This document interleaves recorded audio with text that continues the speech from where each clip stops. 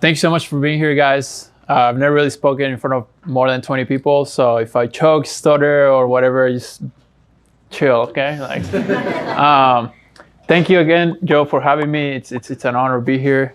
Like he said, I've done a few Zooms with like 100 people, but it's not the same. And I've talked to like thousands of sellers, and I got that down. But these real people right here watching me, I'm kind of nervous. So my hope for today is to bring you some value, whether you started looking into real estate like Carl, or like you've already done some deals like you guys in Indiana. So I kind of put this together in a way where I'm hoping that you'll get something out of it. And to touch a little bit more on Joe's story of how he met me, I was actually sitting there. It was like late 2018, and this was my first meetup ever. And my challenge to you guys is gonna be to at least like get 2 or 3 business cards or phone numbers from today, because you never know. You're one conversation away, one text, one phone call from like changing your life, literally. Like I was sitting there and I waited until the end to speak to Joe because he had a line of people trying to talk to him. And I waited until the end. I was like, hey, Joe, like I want to learn. And he was like, okay, yeah, here's my calendar and schedule it. And we went to Wawa Grill. Yeah, I went to Wawa Grill. I had a notepad and everything. And then I maintained that relationship. And like fast forward 3 years, like I've done close to 100 deals, and him and his son-in-law have been a huge part of everything I've done. So with that being said, let's get into this. So wholesale in 9 simple steps. This is based on my experience. There's a ton of stuff out there from a bunch of experts and gurus and YouTube videos and influencers and all this stuff. These are the 9 steps that I think are gonna help you to like tomorrow start taking action. Like I want you to take action. I want you to I didn't want to just give you information that you can go on YouTube and search.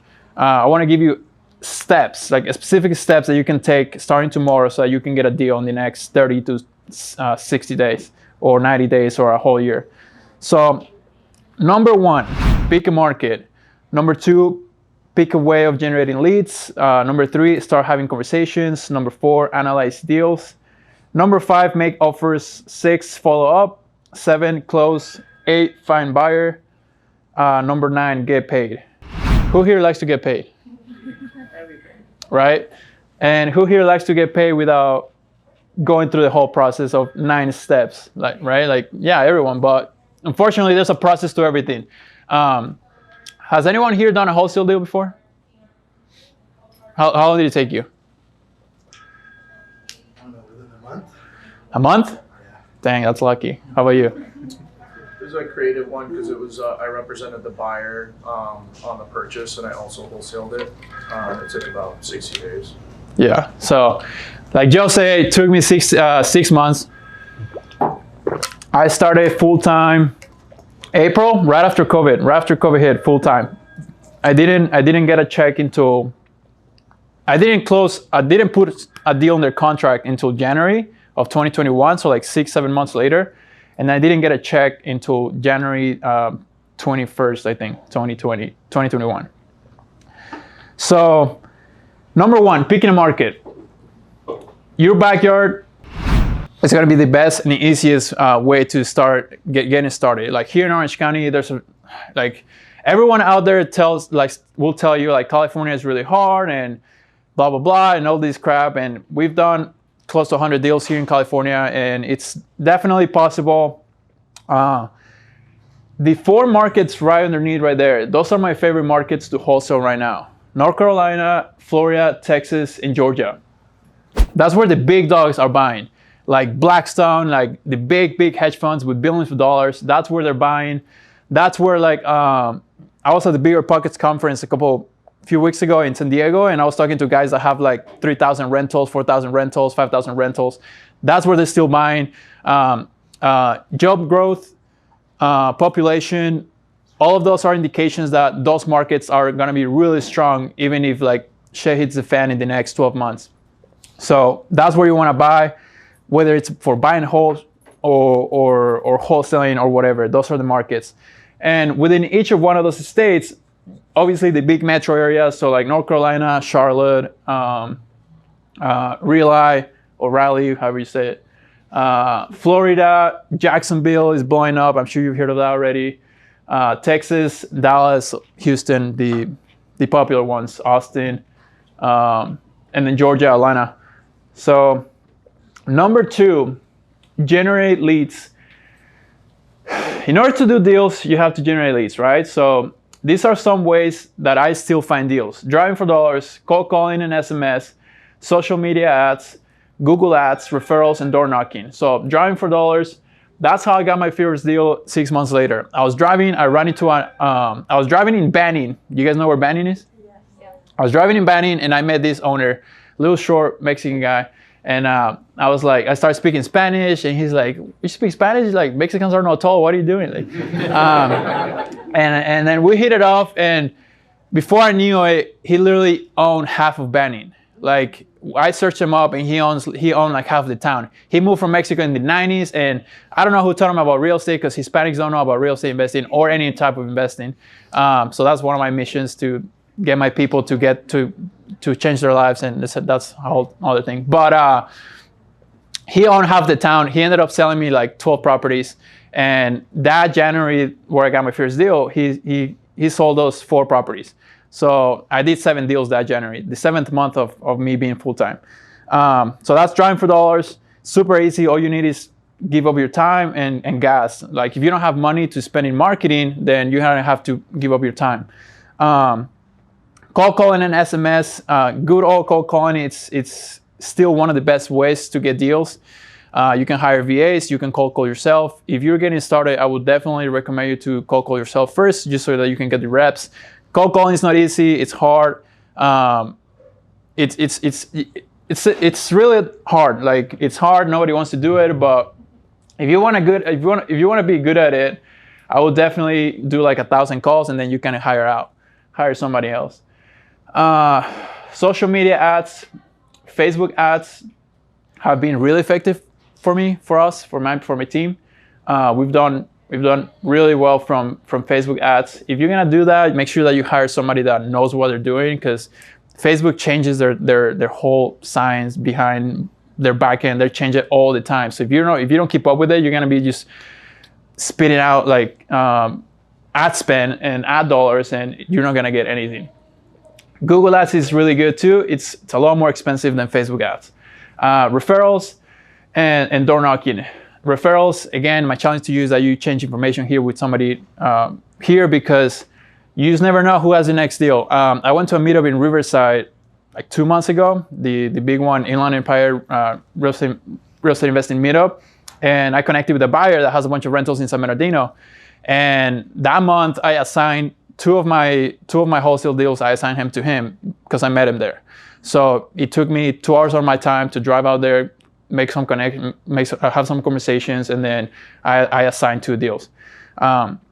So talk to people, tell everybody, tell the whole world, post it on social media, tell everyone that you're investing in real estate, tell them that you have capital partners and that you have a mentor. That way they take you serious, because like if your family or your friends have never seen you do anything with real estate, they're not going to take you serious, right? But start telling people, don't be scared. Like, see it, believe it, and make it happen. Door knocking works. I've done a little bit. I always encourage my contractors and my my students or my people that I work with to go and do it, and we've gotten deals that way. I have one flip in San Bernardino right now that it's next to a flip that it's in escrow right now that we're about to close, and we literally got it because my contractor went and knocked on the door and just asked her if she was looking to sell. She happened to be interested in selling. He gave me her phone number. I called her and I closed it in like 3 days. Number 3. Oh, and by the way, it's the 67 is driving for dollars. The 17, it's like Facebook ads, and then I gotta update it. But we're getting mainly most of our deals from driving for dollars, Facebook, Google, and cold calling, in that order. Charles, what's the difference between driving for dollars and what is driving for dollars? Driving for dollars, you don't have to go like this. And you have an app. There's a bunch of apps and softwares that you can use to drive around and then tap like the addresses or the house that you're looking at. so that their information gets pulled into the app, and then you later on can escape trace it, which means you pull the owner's contact information, and then you can reach out to them. So number 3, conversations. You must talk to people. Conversations equals leads, equals offers, equals deals. If you don't have conversations, you're never gonna have a deal. And by conversations, I mean like start calling people, start calling homeowners, like talk to homeowners. Who here is trying to wholesale or trying to focus on wholesaling? Have you made any calls yet? Why? Just in Joe's office, just like practicing. How many? Not a lot. How long ago was that? Like 2 weeks ago. And have you called since? Okay. So Eric reached out to me. He found me on Facebook like 3 years ago? Like 2 years ago from Riyadh.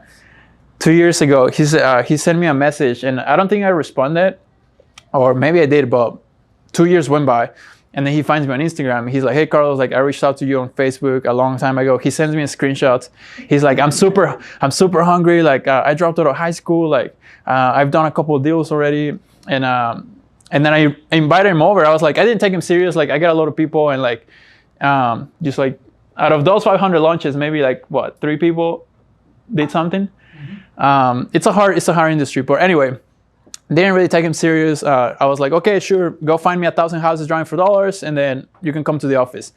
He found like 1,000 properties around Hemet area and San Bernardino area in like a week, 4 days.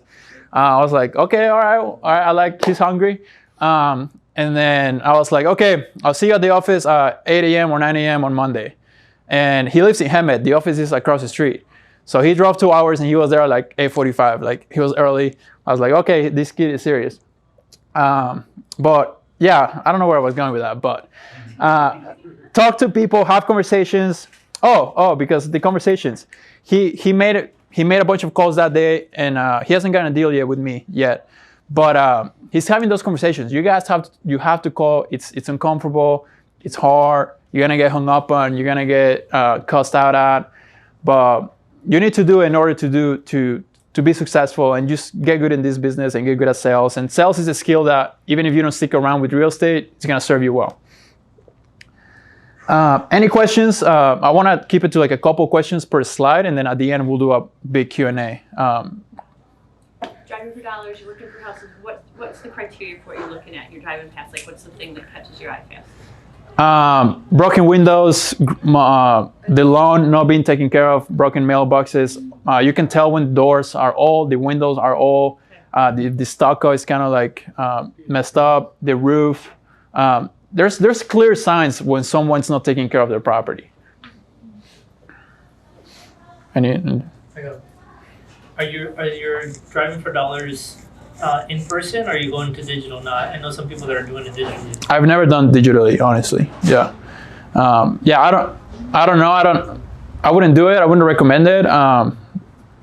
Just because virtual is going to take you I think it's going to take a lot more time for you to like go through Google Maps or whatever to try to find a distressed property. If your market's PA. Right. If you're virtual, yeah. So I know people do it, so you can give it a try. Street View also tells you the date it was taken, the photo of that house. True. So make sure it's like a recent photo actually.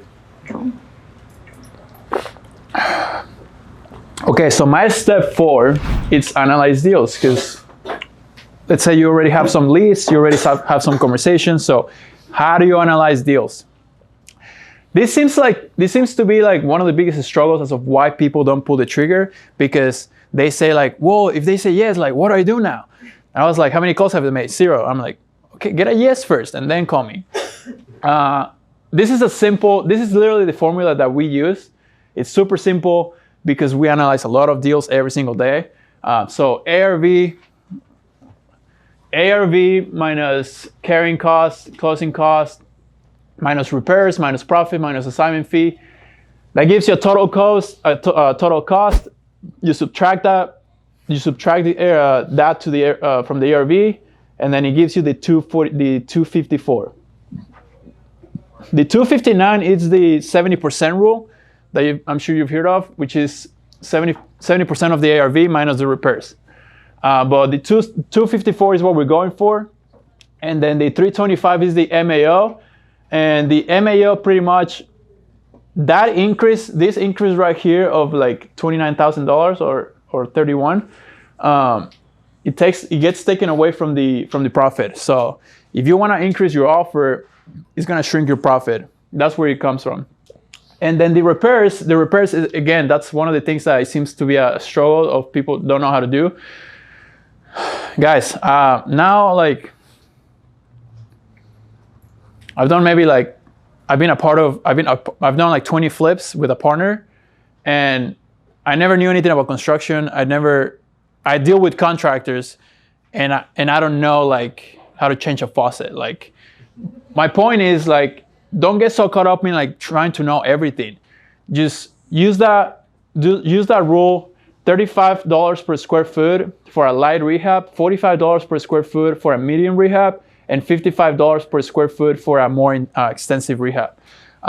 Multiply that by the square feet. So for this example, 66 grand, that's from 12,000 square feet times 55. But yeah, take a picture or send me a message on Instagram. I can send it to you. It's very easy. 15% of closing costs and carrying costs. That includes your 6% of sales agent. That includes your holding costs. That includes your carrying costs, your hard money, all of that stuff. And then your assignment fee, you can make that 5K, 10K, 15K, whatever you want. Okay, step number 5. So make offers. I wanted to give you something something practical. So I wanted to give you that. 3 to 5 offers a day will get you a deal in 30 days. Okay, just write it down so you can get an idea of like what it takes to get a deal. Because I get asked a lot like, how long will it take? Like, and that's why I was curious, because like he said they were pounding the phones all day, right? And that's what it takes. Like, you have to have thousands of conversations every single day to get 2 or 3 leads. And then after that, after a month, you'll have like 30 leads. And then maybe 2 or 3 of those are actually motivated. And you have to follow up, and you have to nurture those conversations. And you have to continue to follow up after 6 months, and then they ghost you. So like, just get an idea of like 3 to 5 offers a day will get you a deal in 30 days. How do you get to make 3 to 5 offers a day? You need like 15 to 30 leads every single day. And that will probably take about like 6 VAs or like 5K in like PPC. I can really like go into detail about that, but you can ask me if you want.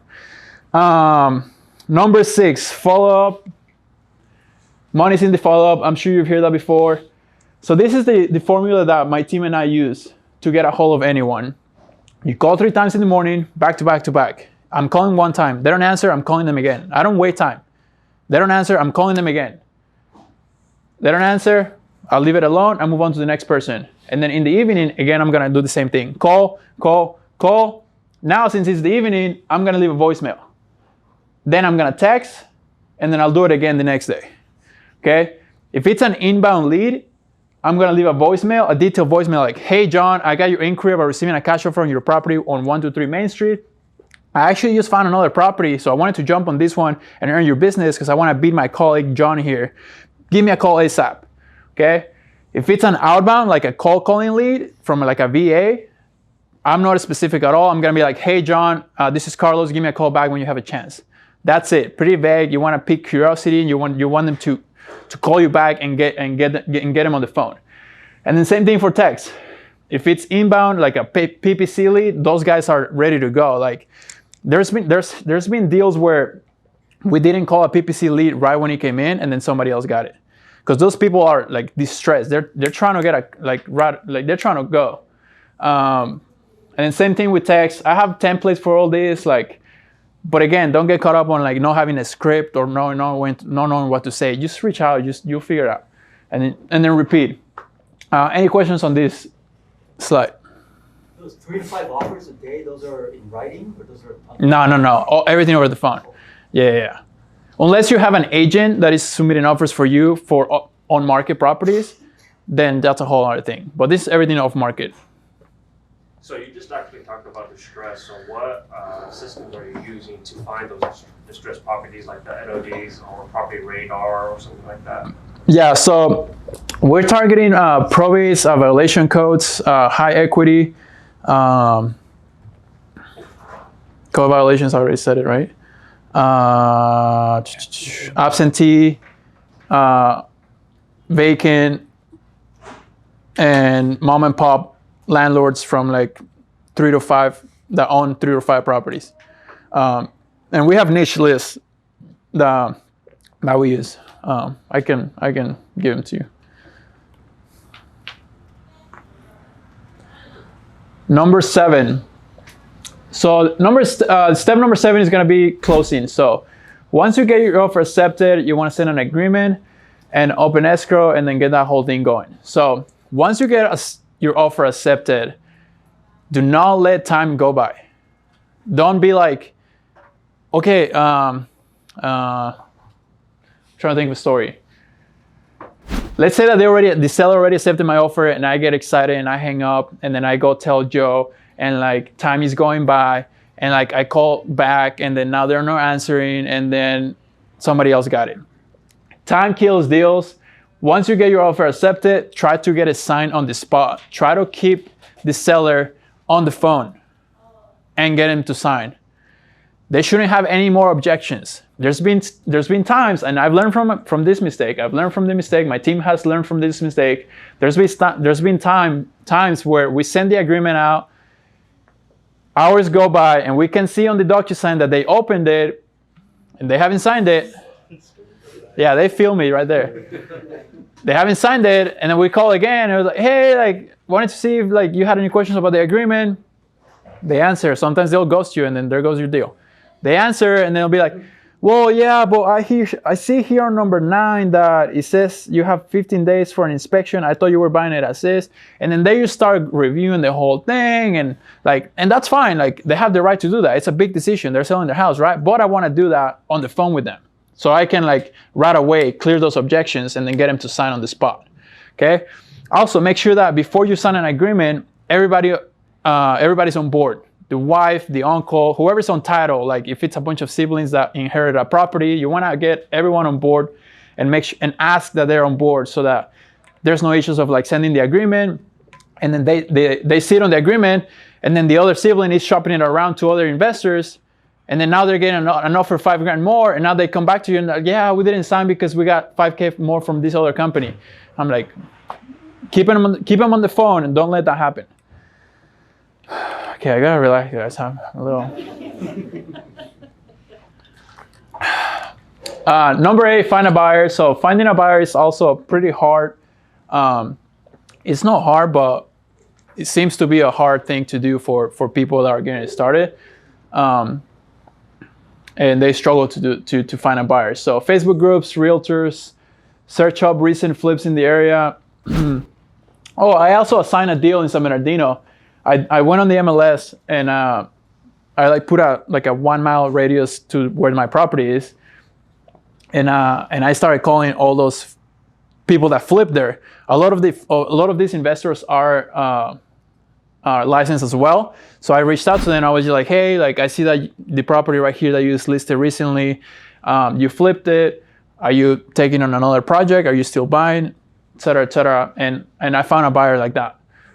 Social media, you can go on Instagram and go on the search tab and search up a hashtag like Nashville cash buyer or Dallas home buyer, whatever. You can find a ton of companies that way.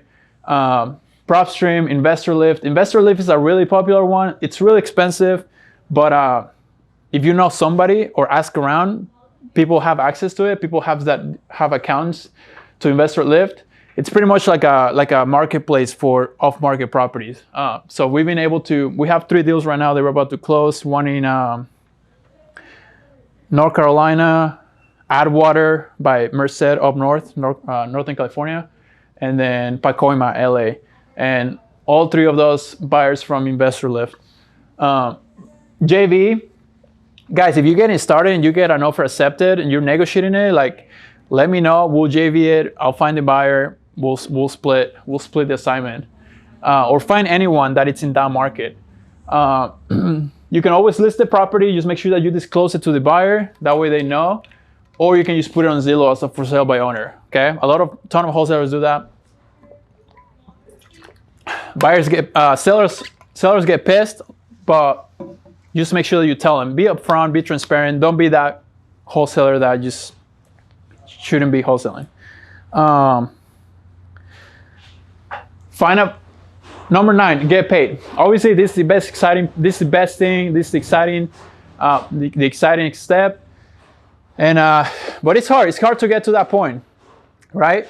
And hopefully, like all of you guys, with whatever your goals are, you can get there so that you can accomplish your goals and you can get to where you want to get to.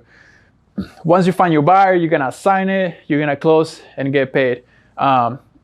Also, guys, for all of this, you should already have like a blank template for like a RPA and like an assignment of purchase and things like that. That way you have those ready to go. And contracts is another thing. I can send you my contracts. Joe can send you his or contracts. Don't let that stop you, okay? Don't let that stop you from getting something signed and under contract. And that's it, guys. But KPIs, I wanted to share a couple of other things. So KPIs for those of you guys that have already done some deals and you're trying to scale and do like grow your business, grow your company. These are some of the KPIs that we keep an eye on every day, like monthly. So cost per deal, cost per lead is gonna be your marketing dollars divided by your leads. Your outbound, it's gonna be like VAs, cold calling. That should be about $15 to $35 per lead. And then your inbound, like Facebook's, Instagram, Google, like those leads are a little bit more expensive. They're gonna range from like $50 to $150. $50 to $150. Your cost per deal, marketing dollars divided by closed deals, $2,500 to $3,500. It's a good range per deal. Like if I'm paying $2,500 or $3,500 to make $25,000 on an assignment, it's a good deal, right? It's a good investment. Your conversion rate, it's gonna be your number of deals closed divided by your number of leads. So if you get 100 leads in a month and you convert 1, that's like 1%, right? So anything greater than 2%, it's a good benchmark for you to like stay in. Anything under that, it's just gonna mean that you're paying a lot of marketing dollars in exchange for not that much money or not that much ROI. And then this is more for like your VAs, your LQI, which is your lead quality index, your leads contracted divided by the leads connected. So this is really important because you can make 1,000 calls, but if you only have one conversation, doesn't do anything, right? So you wanna aim at conversations. We aim at 150 calls a day for already warm leads. 150 calls a day, 30 conversations. What are you doing daily, Eric? 100?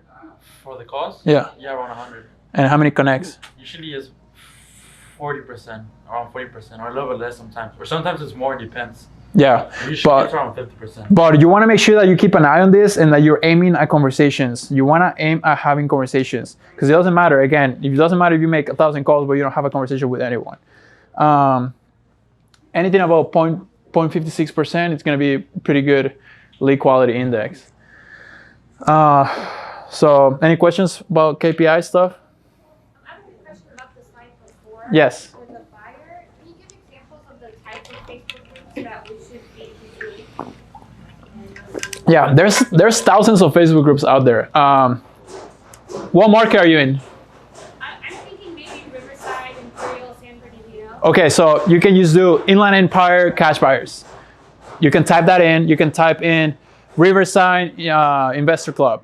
Say that again. Riverside Investor Club, Inland Empire cash buyers, Inland Empire home buyers, Orange County, LA County home buyers. Pretty much anything with those words, and you'll find a bunch. SoCal wholesaling, like things like that. So this is the check that I was talking about. January 30th, 2021. That was my very first check that came from real estate. And UYP, that's my basketball academy. I didn't even have an LLC. So if anyone's telling you out there, I know Fortune Builders. Who here has heard of Fortune Builders? Yeah, those guys charge you like 40 grand to tell you nothing. And they tell you to go get an LLC before you do anything. Guys, don't waste time on an LLC. Yeah, you can get it after you've done a couple of deals or a deal. I didn't even have an LLC. That was my basketball LLC. It's a youth basketball academy in Irvine. Thankfully, it's working. So if you have kids, and bring them to basketball. It's running on its own. But anyway, very first check, Jefferson Street in LA. This property, it was crazy. The divorced couple, the lady was living in the house. The ex-husband sold the property without telling her, but they had an order from the judge that they couldn't sell it until their kid was 19, and the kid was 16 at the time, and he did not give a crap. Like, he sold it, and title didn't catch it. So the sale went through. We got the property, we closed on it, and then the mom, the ex-wife, is like, "What are you doing? Like, you can't. Like, the judge said you can't sell it." So she sued him, and then title had to like put up like a remedy fee of like 40 grand. And that didn't come out of pocket. That came out from title. And it was a whole mess. But that deal worked out. I got paid. And yeah, it was crazy. But yeah, it's just very it makes me feel a certain way, because it was a long time. I was struggling during COVID and couldn't really pay rent, and I can tell you everything about that. But yeah, I just wanted to share this with you guys to show you that it's real. It's obviously not a lot for my first check, but it was something. And this is real, guys. If you want to put the work into it, you can change your life. You can change your kids' lives. You can quit your job if you hate your job. Like, if you don't want to work for anyone else, like, it's possible. It's real. Commit, do it. We're here to help. And you get results. This is, I found this from June 14, June 16 this was Wholesale, 50K assignment, 24 assignment from North Carolina. And this one was in Yucaipa. Yeah, Yucaipa. So we get this monthly, takes time. It's a lot of mistakes, a lot of learning, a lot of marketing dollars to spend. But again, guys, it's real, and I want you guys to win. I want you guys to experience, whether it is wholesaling or flipping or short-term rentals or multifamily, like, do it and stick with it for a while. This was my very first flip. This is one of the banning houses that I told you guys. That was one of the banning houses. So this flip, I did it with his son-in-law, Ryan. He's my partner now. We're partners, and that was January 2021. I had like 10 grand saved because I spent all my savings like trying to survive during COVID. And I knew a contractor that he used to bring his kid to my basketball program. And I was like, "Hey, I have this flip. Can you remodel it? But I don't have money. Can I pay you when escrow closes?" And he did me that favor. He's like, "Yeah, don't worry about it." Like, so I used those 10 grand of savings, my last dollar, for the down payment for this property, because we use hard money. And we flipped it. We made 60 grand. We went halves. Out of those 30 grand, for me, the next day I wired 20K to a mentor to mentor me, and that like 5x my business in like 90 days. So my point is, like, don't be afraid to like do these types of things if you want to really grow and scale, because that's just what it takes. Like, if you want to do one house a year and then have 10 houses in the next 10 years and you're okay with that, that's fine. That's totally fine. But if you have a dream or a goal to own like millions of real estate, or have a house for each kid, or whatever, multifamily, like some of you guys mentioned multifamily, like if you want a portfolio of like 100 units, 50 units, whatever it is, this is what it's gonna take. And like, I did not care. Like, I made a little bit, and then it went right up, right out. This another flip right here in San Bernardino. This is the nastiest house I've ever been to.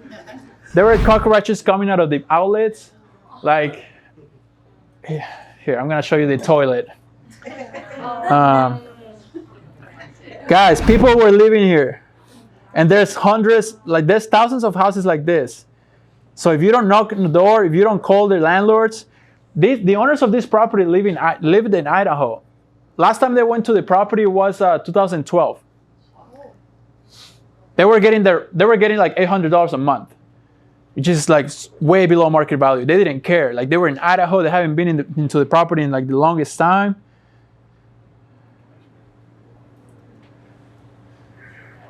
Look at this toilet. Oh. That's the bathroom. Did you see that before you walked there? Oh, I walked into this property. My girlfriend's back there. She's like, you gotta shower before you come back. Yeah, guys, like, some of these are sad situations. The TV, the kitchen. But there's thousands of properties, the backyard. There's thousands of properties like this. So if you don't go out there and get them, somebody else will. All of these properties are going to be flipped eventually, whether it's today or in 20 years. All of them are going to get flipped, every single one of them. How long was that one on the market before you sold it? This one? It was both of them? So this is right before the market exploded. So we had the ARV on this one like 280, and that was for like a 30K small profit, and we were hoping like the market was looking good. We were hoping for like 300, and then we got a cash offer 330 from like somebody out there, and like we were like super stoked. So that's when the market started to explode. This was about March. We're expecting like 50K profit, and obviously with the market helping us and helping everybody else, we like almost doubled that. But yeah, I don't know. To answer your question, like a week or something. Yeah, I have the address and everything. Like if you want to check the MLS, but Does your team plan on like changing like your wholesale strategy as far as what you're buying and what you're offering to your clients as the market slows, right? I mean, I'm not a real estate agent, but like I can look at the metrics and see that like year over year, days on market for the market size, doubled in the last year, right? So does that change your mix of flips versus, other strategies like multifamily, like value, buy and hold? Yeah. So you have to adjust. So now we're not flipping as much. We're trying to wholesale more. Because there's still buyers out there. There's still there's people with deep pockets. So we're trying to wholesale more. And how we adjusting is we're taking 10% off of the ARV, of the current ARV. We're taking 10% less than that, and then we do our numbers. That way, if the market corrects, then we have that cushion right there to still get the property under contract at a good price to where we're gonna be able to move it. It's the same numbers. They're the same numbers. But when you're like, if you're wholesaling like multifamily, like technically your whole time between buying it and then flipping it to, not flipping it that term, but like finding a buyer for it is considerably lower than like a 3-month flip, right? Which is why you would change your strategy, I would assume, to more like wholesaling.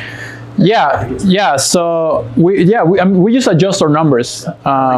Like our holding time. Have you guys heard of wholesaling? Like if you guys wholesale, our holding costs are like way less. We do like 6% instead of like 8.5%, and then we do a big flip. Then we bump it to like 15%. Like little things like that. That's how we're adjusting. I don't know if that answered your question. That's perfect. Yeah. And we're doing a lot of creative financing. We're doing a lot more of that. We're just adjusting again. We have no wholesale multifamily, but we started marketing to multifamily last week. So, like your guys' market isn't like the best for cash flow. Yeah. As it seems like the local market, like that's Yeah. where a lot of us are. Yeah. I wholesale at the state now. This year I started wholesaling at the state too. Like those markets that I show you guys, and those are great markets for cash flowing properties. and this was a home run. This deal was the 7th deal on that January where I got seven deals. That's what Joe meant by the pipe burst. I was not a part of this project because obviously I didn't have money for this big of a project, but I found the deal, I closed it, I negotiated it, and then Ryan flipped it, and I got a little chunk from that piece. But yeah, the deals are out there, guys. Go find them, get yourself paid, have a nice Christmas. What city is this? This was in next to Duarte. Yeah, right there. It's a little right there. It's a little tiny city that it's like two streets. What's it called? I just remember the city was a pain in the neck. I get there. We removed It's literally, yeah. It's Arcadia, Monrovia, and Duarte. Literally right next to Duarte. Really small city. We removed a tree from the front yard. I'm gonna find. Hold And I on. think the city cared more about that than, what we did inside. And we had to get a permit to replace it. And they wanted, a street tree on there. And Yeah, there was a tree. Oh, well, that tree right there. Yeah, that's the one. Kenyatta? Bradbury. Yeah. 2319 Gardy Street, Bradbury. Closed February 5th. Yeah, that was a nice one. But yeah, the deals are out there. This doesn't happen often. It's rare. The owners lived in Arizona. Three siblings. They were well off. And there weren't any comps, actually. There weren't any comps. Our ARV was 900,000. The market exploded, and we made it really nice.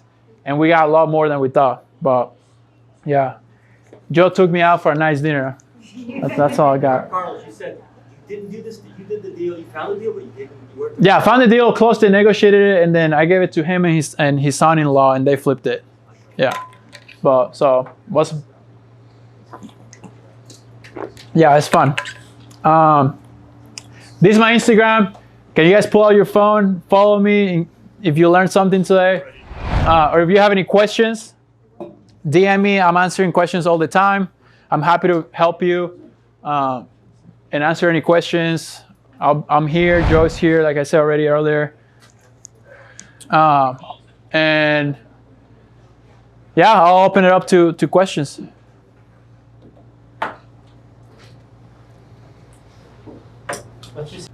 Because I mean, Joe can find you any property in Orange County. He has clients that. don't buy anything right now, honestly. We have to wait till the interest rates settle wherever they're going to settle. And that's not going to be for a couple of months. Once they settle, then we can figure out, okay, we've settled here. For example, when I bought my third house back in 1980, Jimmy Carter was in office. Most of you don't remember who he is, but he was a president. Okay? The peanut farmer. The peanut farmer, yes. It was very similar to what's happening today. Okay, interest rates were through the roof. I paid 14% interest on that house that I purchased. To sell my house, I had to do what's called creative financing. So there was a loan on the property. The buyer came in, took over that loan. I took back a second on the property, and then he put down 10%. That's how he ended up buying it. My second was for 3 years, and the guy paid me back in 3 years because the market turned around to the point where he could refinance it after that. So that's where I think we're headed. So you real estate agents, you need to start learning about creative financing, subject to deals, all-inclusive trust deeds. If you don't know what I'm talking about, then you should get out there and start learning exactly what I'm talking about. Because our interest rate's it's at what, 7.5? Who's the lender? Is, you've got a license, so the state considers you an expert, but are you really an expert? And for those people who are buying, you need to ask those questions of the people that you work with. How experienced are you? Do you have a house? Do You have investment properties yourself. What are you suggesting in this market? Things like that, okay? But you have to buy at the right time. And in California, because I've always stayed in California, all my buy and holds here, they're all paid off right now because I've purchased them over the years. 2008 came around and we had the big crash. Okay, I had some properties that I still have in San Juan Capistrano. They were condos. And they were worth at the time $500,000 for a 2-bedroom condo. Does that sound familiar? Okay. And then the market crashed and they went down to $100,000. What did I do when it got back down to 100? Nothing. I bought 10 more. They're back up to 500,000 today. Okay. But that's because I've been doing this for 40 years. And I know the market and I know that particular market. But yes, you need to be prepared. I hear a lot of these gurus on TV. I don't agree with a lot of them, but I do agree with some of them. And there's some of them, they're out there basically telling you, you know what? Save your money right now, get it ready, get whatever qualification you need with a bank, and get that ready. Because when I was buying in 2008, I was literally putting 10% down on these properties.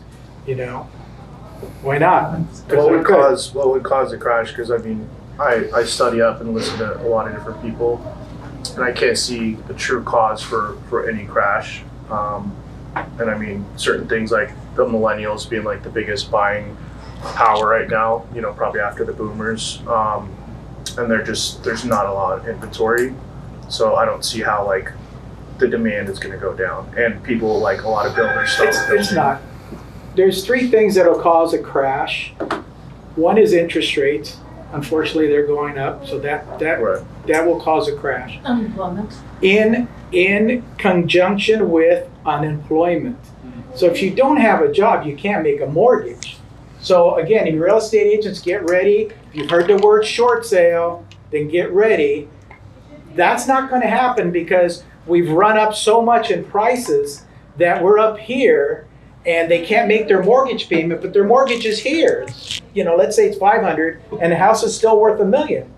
So they're going to have to just put it back on the market, sell it as a normal sale, but it's going to be discounted because if they go into foreclosure is 3 months and 21 days and they're out. So again, agents, you should be targeting all these type of people that I'm talking about, okay, because it is coming. And then the third thing, if you see this coming, okay, which is the most dangerous thing out there, what do banks do? They loan money. If they don't loan money, they're not making money. So what do they do in these type of situations like now? Your FICO score minimum is 620. Oh yeah, let's go down to 550.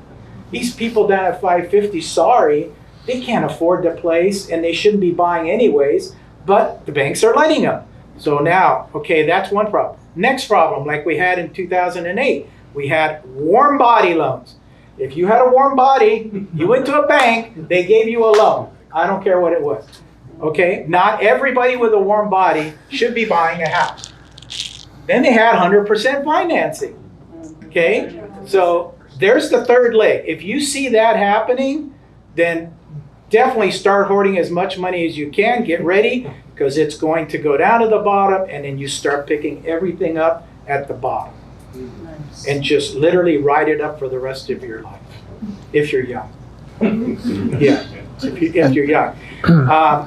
I think what Carlos is talking about now, if you wanted to do something now, and an important thing that he left out, again, as an investor, you want to invest yourself, which is what he's doing.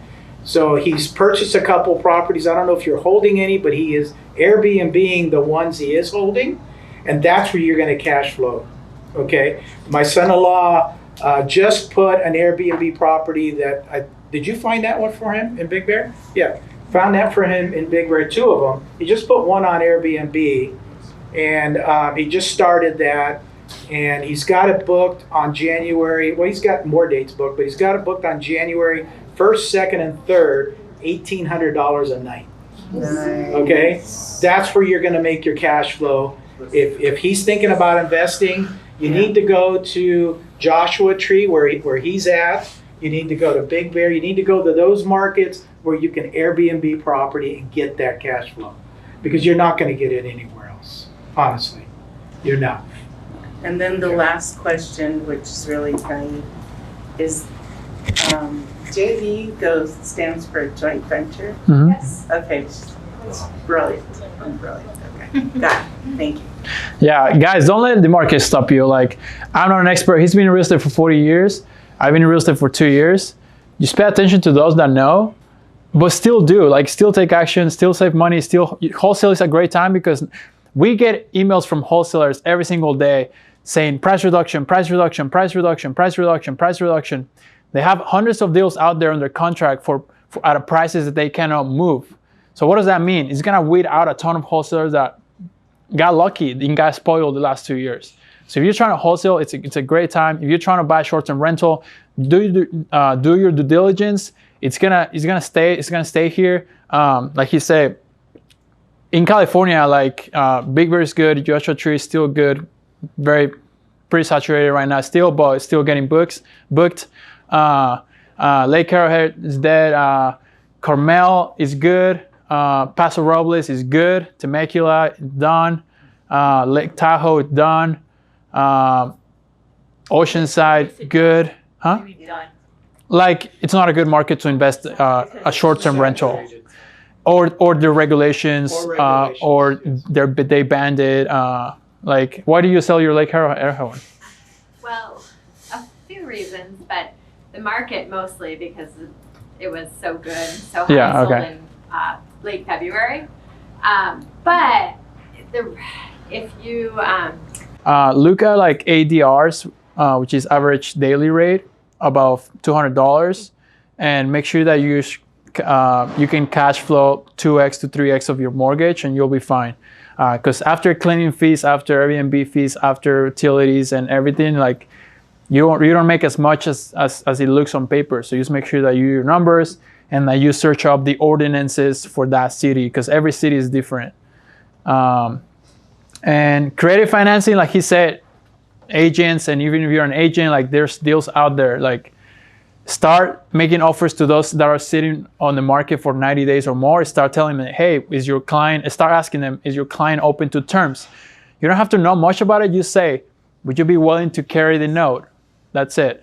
Like, oh, like, you want your price? Give me terms.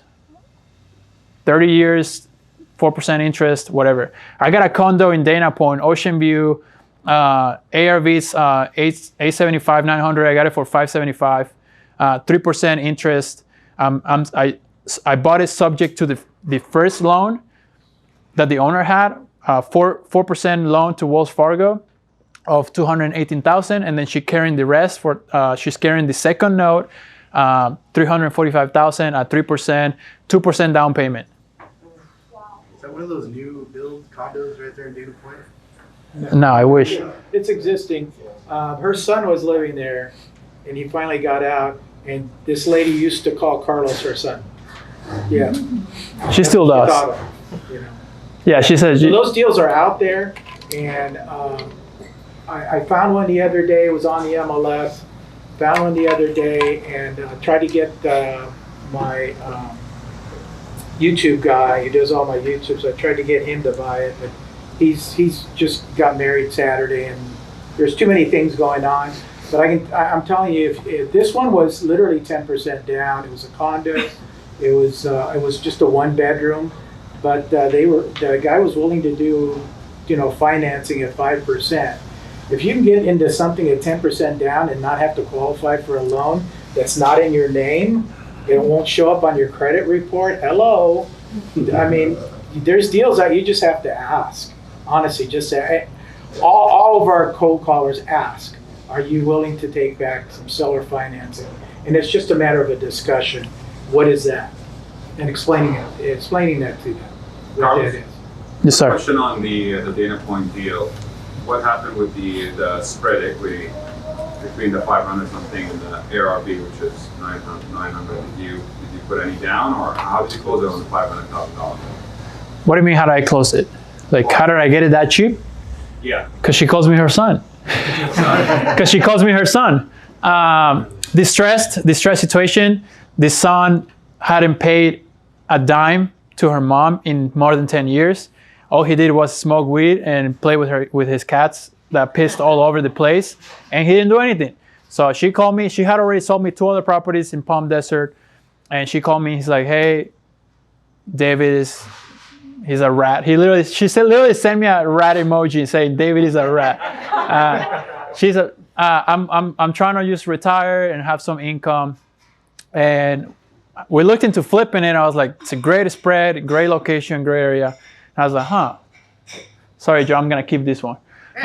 So I pitched it to her. I think he wants to know how much money you put down. 2%. Yeah. Okay. Yeah, and the equity.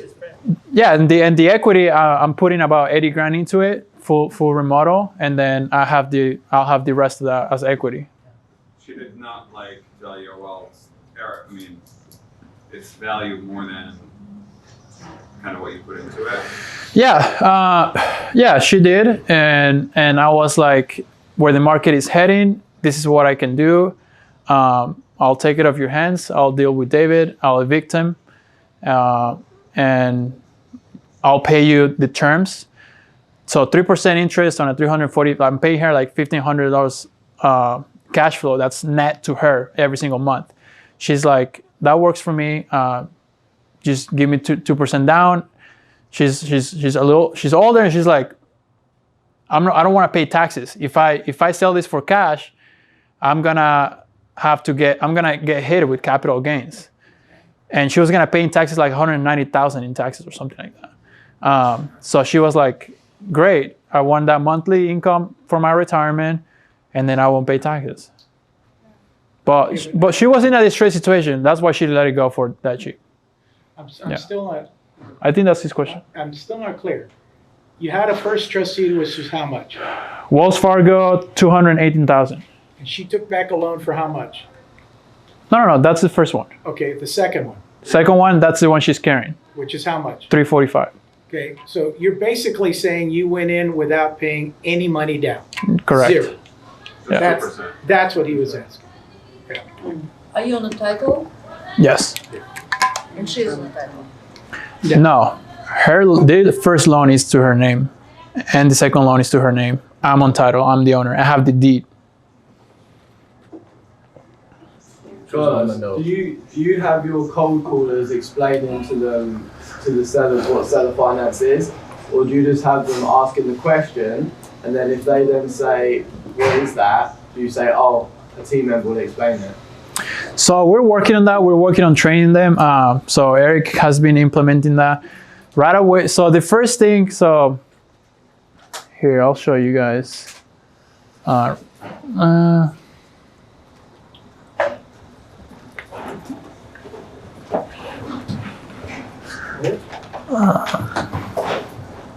It's gonna be hard to find, but we have this chart with like all of our exit strategies, and our first exit strategy is gonna be a wholesale right now with this market. So if it doesn't fit that, we go to flipping, we go to wholesale, we go to buy and hold, we go to subject to, we go to seller finance, we go to selling on a wrap, and then we go to listing. So based on the situation, the motivation, their asking prices, et cetera, we kind of put them in these boxes to try to figure out really what's going to be the best so that we can convert the lead. Because any lead that you have, we do our best to try to convert it.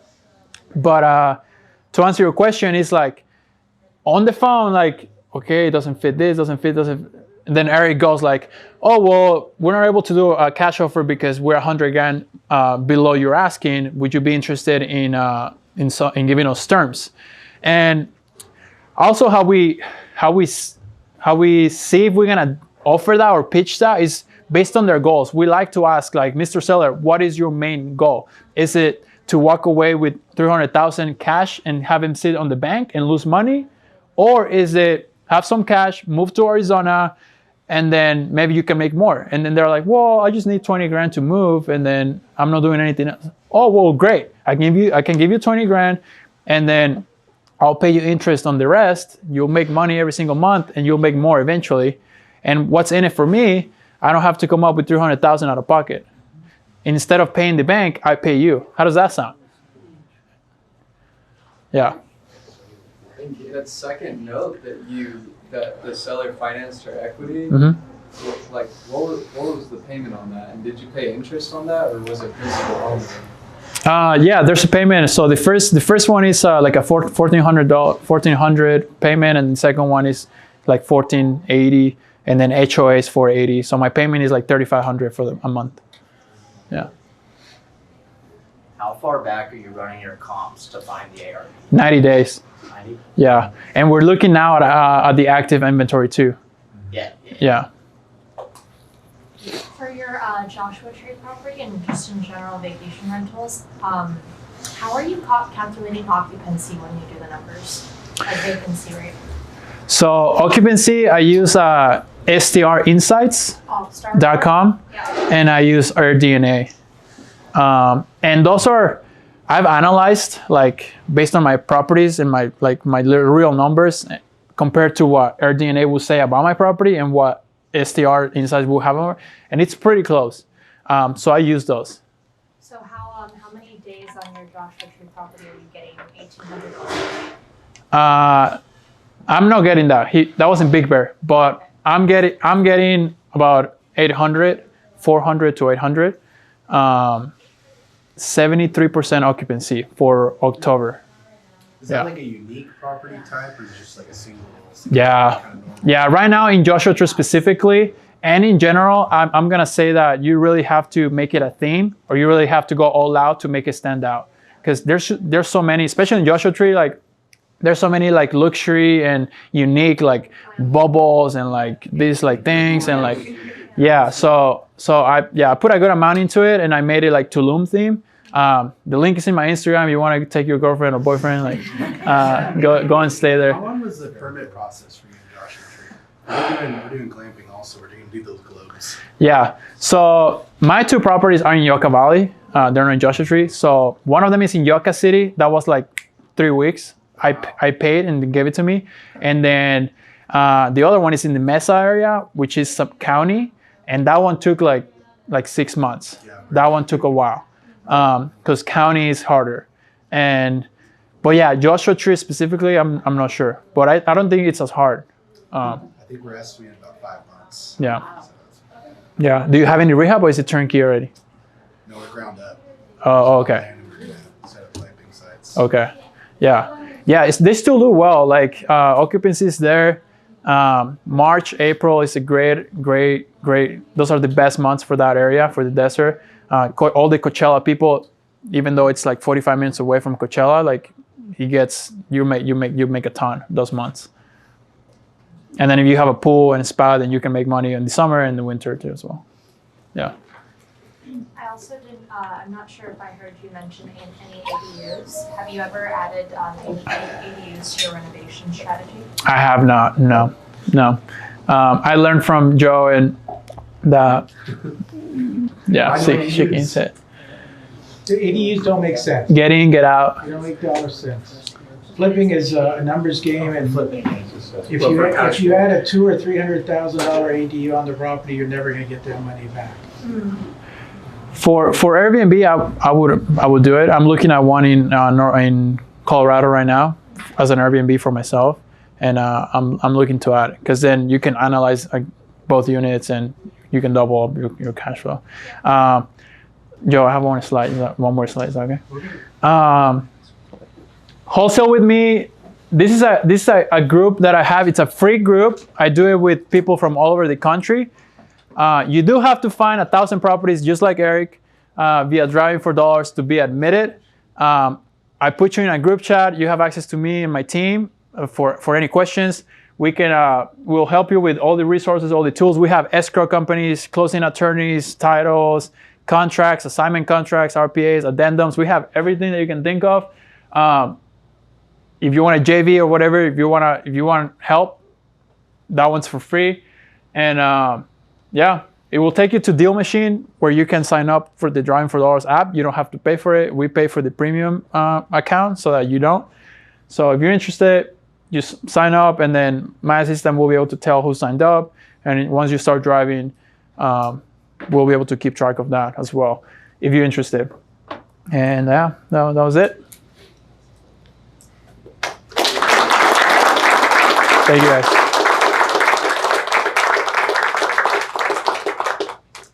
Thank you, Carlos. Appreciate Thank you. it. We have this room till